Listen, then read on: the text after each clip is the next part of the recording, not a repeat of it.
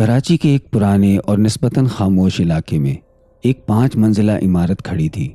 باہر سے دیکھنے میں بالکل عام، ہلکے سرمئی رنگ کی دیواریں، زنگ آلود بالکونیاں اور داخلی دروازے پر پرانا سا نیم پلیٹ، لیکن اس عمارت کا نام ارد گرد کے لوگوں میں عجیب سا خوف پیدا کر دیتا تھا۔ لوگ کہتے تھے کہ رات ٹھیک 2:17 پر اوپر والی منزل سے قدموں کی آواز آتی ہے۔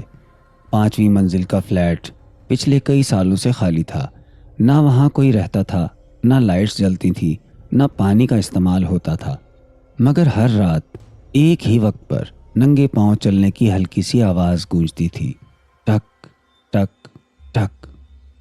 کچھ لوگ کہتے تھے وہاں کسی لڑکی کو برسوں پہلے قید رکھا گیا تھا، کچھ اسے چڑیل کا بسیرا قرار دیتے تھے۔ اسی عمارت کا ایک فلیٹ اچانک مارکیٹ میں بکنے کے لیے آیا۔ قیمت عام مارکیٹ ویلیو سے تقریباً 30% کم۔ کراچی جیسے شہر میں جہاں جائیداد کی قیمتیں آسمان سے باتیں کرتی ہیں، یہ آفر ناقابل یقین تھی۔ عدنان ایک نوجوان بینکر جو حال ہی میں اپنی زندگی کو نئے سرے سے ترتیب دینا چاہتا تھا، اس ڈیل کو دیکھ کر رک نہ سکا۔ اس نے فوراً پراپرٹی ایجنٹ سے رابطہ کیا۔ ایجنٹ فہیم نے فلیٹ دکھاتے ہوئے ہلکی سی مسکراہٹ کے ساتھ کہا، سر، کچھ افواہیں ضرور ہیں، لیکن آپ جیسے پڑھے لکھے لوگ ان باتوں پر یقین نہیں کرتے نا؟ عدنان ہنس دیا، اگر بھوت کی وجہ سے ڈسکاؤنٹ مل رہا ہے تو فائدہ ہی ہے۔ فلیٹ اندر سے کافی بہتر حالت میں تھا۔ دیواروں پر ہلکی سی نمی کا اثر تھا، پرانی طرز کی ٹائلیں اور کھڑکی سے آتی مدھم روشنی، لیکن فضا میں ایک عجیب سی سنجیدگی تھی، جیسے کمرے نے لمبے عرصے سے کسی کی سانس محسوس نہ کی ہو۔ جب وہ بالکنی میں کھڑا نیچے سڑک کی طرف دیکھ رہا تھا تو اچانک اسے یوں محسوس ہوا جیسے اوپر سے کوئی آہستہ آہستہ چل رہا ہو، حالانکہ اوپر تو کوئی منزل ہی نہیں تھی۔ وہ لمحہ محض ایک وہم لگا۔ ڈیل فائنل ہو گئی۔ چند دن بعد عدنان نے سامان شفٹ کیا۔ رات کو جب سب کچھ ترتیب دے کر وہ بستر پر لیٹا تو شہر کی عام آوازیں، دور سے گزرتی گاڑیوں کی گونج، کتوں کے بھونکنے کی مدھم صدا آہستہ آہستہ خاموش ہونے لگیں۔ گھڑی کی سوئیاں آگے بڑھتی رہیں۔ 1:58، 2:06، 2:14 اور پھر 2:17۔ اوپر سے قدموں کی آواز آئی، ٹک ٹک ٹک۔ عدنان سیدھا بیٹھ گیا۔ اس نے خود کو سمجھایا پائپ لائن ہوگی یا لکڑی سکڑ رہی ہوگی، لیکن آواز صاف تھی، ننگے پاؤں کی، اور وہ سیدھی اس کے فلیٹ کے اوپر رک گئی۔ پھر دروازے پر ہلکی سی دستک ہوئی۔ ایک بار پھر مکمل خاموشی ہوئی۔ وہ لمحہ جب نہ ہوا چلتی ہے نہ دل دھڑکنے کی آواز سنائی دیتی ہے، بس ایک بے نام سا دباؤ تھا۔ عدنان آہستہ آہستہ دروازے کی طرف بڑھا، ہاتھ ہینڈل پر رکھا، اور جیسے ہی دروازہ کھولا، کوریڈور خالی تھا، لفٹ بند، سیڑھیاں سنسان، صرف دور کہیں کسی بلب کی مدھم سی ٹمٹماہٹ۔ عدنان نے دروازہ بند کر دیا، اور پہلی بار اسے احساس ہوا شاید یہ ڈسکاؤنٹ اتنا سستا نہیں تھا۔ اگلی صبح سورج کی روشنی کھڑکی سے اندر آئی تو سب کچھ معمول کے مطابق لگنے لگا۔ رات کا واقعہ ایک برا خواب محسوس ہوا۔ عدنان نے خود کو سمجھایا کہ نئی جگہ ہے، ذہن حساس ہو جاتا ہے، ہر آواز غیر معمولی لگتی ہے، لیکن جب وہ باتھ روم کے آئینے کے سامنے کھڑا دانت برش کر رہا تھا تو اسے دیوار کے اوپر والے کونے میں ہلکی سی دراڑ نظر آئی، ایسی جیسے کسی نے اندر سے زور لگا کر دھکیلنے کی کوشش کی ہو۔ اس نے غور سے دیکھا، انگلی لگائی، مگر دراڑ پرانی اور سوکھی ہوئی تھی۔ پرانی عمارت ہے، اس نے دل ہی دل میں کہا۔ دن بھر بینک میں مصروف رہا، مگر دماغ کے کسی کونے میں 2:17 کا وقت چپکا رہا۔ شام کو واپس آیا تو فلیٹ میں داخل ہوتے ہی ایک عجیب سی باسی بو نے اس کا استقبال کیا۔ حالانکہ اس نے صبح کھڑکیاں کھلی چھوڑی تھی۔ اس نے پورا گھر چیک کیا، سب کچھ اپنی جگہ تھا، مگر بیڈ روم کے دروازے کے نیچے ہلکی سی سیاہ لکیر بنی ہوئی تھی، جیسے کسی نے اندر سے بار بار دروازہ رگڑا ہو۔ وہ جھکا، ہاتھ پھیرا، گرد تھی یا شاید کچھ اور۔ رات دوبارہ آہستہ آہستہ گہری ہونے لگی۔ اس بار عدنان نے فیصلہ کیا کہ وہ جاگتا رہے گا۔ اس نے موبائل کا ٹائمر 2:15 پر لگا دیا اور لائٹس بند کر کے صوفے پر بیٹھ گیا۔ کمرے میں ایک ایسی خاموشی تھی جو کانوں میں دباؤ ڈالتی ہے۔ کبھی کبھی یوں لگتا جیسے دیواریں سانس لے رہی ہوں۔ 2:15 پر الارم بجا۔ اس نے موبائل بند کیا۔ پورا جسم تناؤ میں تھا۔ 2:16 اور پھر 2:17۔ اوپر سے وہی آواز، ٹک ٹک ٹک۔ اس بار قدم آہستہ نہیں بلکہ واضح اور بھاری تھے، جیسے کوئی جان بوجھ کر چل رہا ہو۔ عدنان نے فوراً دروازہ کھولا اور سیڑھیوں کی طرف دوڑا۔ 5ویں منزل تک پہنچتے پہنچتے اس کا سانس پھول گیا۔ اوپر مکمل اندھیرا تھا۔ اس نے موبائل کی فلیش لائٹ آن کی۔ کوریڈور خالی تھا، مگر ہوا غیر معمولی طور پر ٹھنڈی تھی۔ اچانک اسے محسوس ہوا جیسے اس کے پیچھے کوئی آہستہ سے سانس لے رہا ہو۔ جب وہ پلٹا تو پیچھے کچھ نہیں تھا۔ اگلے دن اس نے عمارت کے پرانے چوکیدار سے تفصیل سے بات کی۔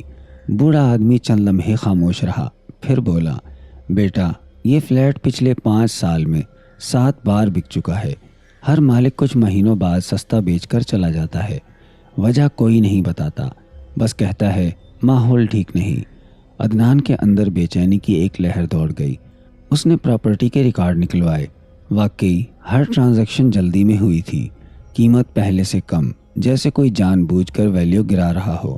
لیکن کیوں؟ اسی رات جب وہ فائلیں دیکھ رہا تھا، اچانک لائٹس ہلکی سی مدھم ہوئی۔ پنکھا جو بند تھا ایک لمحے کے لیے جھٹکے سے ہلا، اور پھر دروازے پر 3 واضح دستکیں، ٹک ٹک ٹک۔ اس بار آواز میں عجلت تھی۔ عدنان کا دل زور زور سے دھڑکنے لگا۔ وہ دروازے تک گیا، مگر اس بار اس نے فوراً نہیں کھولا۔ چند سیکنڈ بعد کوریڈور سے کسی کے ننگے پاؤں بھاگنے کی آواز آئی۔ وہ باہر نکلا، مگر راہداری پھر خالی تھی۔ صرف دور کی دیوار پر ایک سایہ لمحے بھر کو ہلتا محسوس ہوا اور غائب ہو گیا۔ اب یہ محض وہم نہیں تھا، کچھ تھا یا کوئی تھا جو ہر رات 2:17 پر زندہ ہو جاتا تھا، اور خاموشی اب خاموشی نہیں رہی تھی۔ اب عدنان کو یقین ہو چکا تھا کہ معاملہ محض وہم یا پرانی عمارت کی آوازوں کا نہیں، یا تو واقعی کچھ غیر معمولی ہو رہا تھا، یا پھر کوئی بہت چالاکی سے کھیل کھیل رہا تھا۔ اس نے فیصلہ کیا کہ خوف کو ایک طرف رکھ کر ثبوت اکٹھے کیے جائیں۔ اگلے ہی دن اس نے آن لائن سے 2 ہائی ریزولوشن نائٹ ویژن کیمرے منگوائے۔ ایک اپنے فلیٹ کے دروازے کے اوپر لگایا اور دوسرا 5ویں منزل کے کوریڈور میں۔ ایک ٹوٹے ہوئے اسموک ڈیٹیکٹر کے اندر چھپا دیا۔ ساتھ ہی ایک چھوٹا سا آڈیو ریکارڈ بھی سیڑھیوں کے پاس رکھ دیا تاکہ ہر سرگوشی محفوظ ہو سکے۔ اس رات وہ معمول کے مطابق لائٹس بند کر کے بیٹھ گیا، مگر اس بار اس کے چہرے پر خوف سے زیادہ عزم تھا۔ گھڑی کی سوئیاں آگے بڑھتی رہیں، 2:16 اور 2:17۔ اوپر سے قدموں کی وہی آواز آئی۔ اس بار آواز زیادہ واضح تھی، جیسے کوئی کیمرے کے سامنے سے جان بوجھ کر گزر رہا ہو۔ عدنان نے خود کو روکے رکھا۔ کچھ لمحوں بعد دروازے پر ہلکی سی دستک ہوئی، مگر اس نے دروازہ نہیں کھولا۔ صبح ہوتے ہی اس نے ریکارڈنگ چیک کی۔ اس کے ہاتھ ہلکے سے کانپ رہے تھے۔ ویڈیو چلتے ہی 5ویں منزل کا کوریڈور اسکرین پر نمودار ہوا، سب کچھ خالی۔ پھر اچانک ایک سفید سا سایہ فریم میں داخل ہوا۔ ایک شخص سر سے پاؤں تک سفید چادر میں لپٹا ہوا آہستہ آہستہ چل رہا تھا۔ اس کی چال میں عجب سی اداکاری تھی، جان بوجھ کر دھیمی، ڈراؤنی، مگر جیسے ہی وہ کیمرے کے قریب سے گزرا، چادر کے اندر سے ہلکی سی نیلی روشنی چمکی۔ موبائل فون کی اسکرین۔ عدنان کی آنکھیں پھیل گئیں۔ اس نے ویڈیو کو زوم کیا۔ چادر کے کنارے سے جوتے کی نوک نظر آئی، جو کہ ربڑ سول والے جدید اسنیکرز تھے۔ بھوت اسنیکرز نہیں پہنتے، اس نے زیر لب کہا۔ آڈیو فائل میں بھی واضح تھا کہ قدموں کی آواز اصل میں خالی کوریڈور میں گونج پیدا کرنے کے لیے زور سے رکھی جا رہی تھی۔ اب تصویر صاف ہو رہی تھی۔ یہ خوف قدرتی نہیں، تخلیق شدہ تھا۔ اگلی رات اس نے کیمرے آن رکھے اور خود سیدھا 2:15 پر سیڑھیوں سے اوپر چڑھ گیا۔ 5ویں منزل کے فلیٹ کا دروازہ باہر سے بند دکھائی دیتا تھا، مگر لاک ڈھیلا تھا۔ اندر سے مدھم سی روشنی آ رہی تھی۔ 2:17 پر جیسے ہی سفید چادر والا شخص باہر نکلا، عدنان نے اچانک دروازہ دھکا دے کر کھول دیا۔ اندر 2 آدمی کھڑے تھے۔ ایک نے جلدی سے چادر اتاری۔ وہ فہیم تھا، وہی پراپرٹی ایجنٹ دوسرا اس کا ساتھی لیپ ٹاپ کے سامنے بیٹھا سوشل میڈیا پر جعلی اکاؤنٹ سے ہانٹڈ بلڈنگ کی کہانیاں پھیلا رہا تھا۔ کمرے کے کونے میں چھوٹا سا اسپیکر رکھا تھا جو کبھی کبھار سرگوشی جیسی آواز چلاتا تھا۔ ایک طرف پرانے مالکان کی فائلیں پڑی تھی، ہر ایک کو کم قیمت پر خریدنے اور آگے بیچنے کا ریکارڈ موجود تھا۔ فہیم نے بے پرواہی سے کہا، سر، لوگ خود ڈر جاتے ہیں، ہم بس ماحول بنا دیتے ہیں۔ جب قیمت گر جاتی ہے تو ہم خرید لیتے ہیں، پھر چند مہینوں بعد افواہیں ختم کر کے مہنگا بیچ دیتے ہیں۔ بزنس ماڈل ہے۔ عدنان نے بغیر بحث کے ساری ویڈیو اور آڈیو فائلز محفوظ کی اور سیدھا پولیس کو اطلاع دی۔ چند دنوں میں خبر پھیل گئی، ہانٹڈ پراپرٹی اسکیم بے نقاب، گینگ گرفتار۔ عمارت کی رہائشی حیران رہ گئے۔ برسوں کی خوفناک کہانی ایک منظم ریئل اسٹیٹ فراڈ نکلی۔ عمارت صاف کروا دی گئی، 5ویں منزل سیل کر دی گئی اور سب کچھ معمول پر آتا دکھائی دینے لگا۔ عدنان نے سوچا کہ اب آخر کار سکون ملے گا، مگر اسے اندازہ نہیں تھا کہ جو کچھ کیمروں میں قید ہوا وہ پوری کہانی نہیں تھا۔ گینگ کی گرفتاری کے بعد عمارت میں ایک عجیب سا سکون واپس آ گیا۔ اخباروں میں خبریں چلیں، سوشل میڈیا پر ویڈیوز وائرل ہوئیں اور لوگوں نے اطمینان کا سانس لیا کہ بھوت دراصل ایک فراڈ تھا۔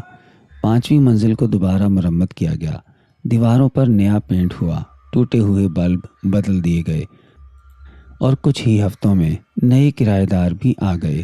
سب کچھ معمول کے مطابق چلنے لگا، لیکن پہلی ہی رات گھڑی نے جب 2:17 دکھایا، اوپر سے پھر وہی آواز آئی۔ فرق صرف اتنا تھا کہ اس بار 5ویں منزل میں واقعی کوئی نہیں تھا۔ پولیس سیل ہٹا چکی تھی مگر فلیٹ خالی تھا۔ عدنان نے فوراً اپنے کیمرے آن کیے۔ اس نے خود کو یاد دلایا کہ وہ اب ڈرنے والوں میں سے نہیں۔ اس نے سب کچھ بے نقاب کیا تھا۔